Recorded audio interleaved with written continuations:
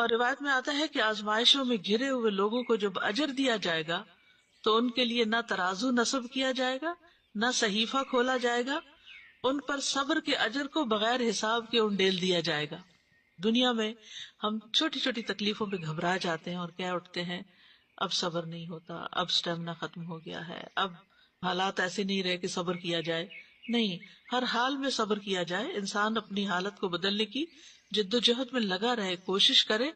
लेकिन रुकावटों और मुश्किलात और परेशानियों पर हिम्मत हार के ना बैठ जाए, गलत रास्ते इख्तियार ना करे, बल्कि सब्र के साथ इबादत पर, इताअत पर जमा रहे। बग़वी लिखते हैं कि जब आफियत वाले आजमाइश वालों की फजीलत को देखेंगे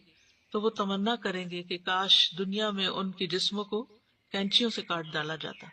यानी चाहे उन्हें जिस्मानी टॉर्चर दिया जाता और वो सब्र करते तो आज वही अजर मिलता जो सब्र करने वालों को मिल रहा है, यानी वो काबिल रश्क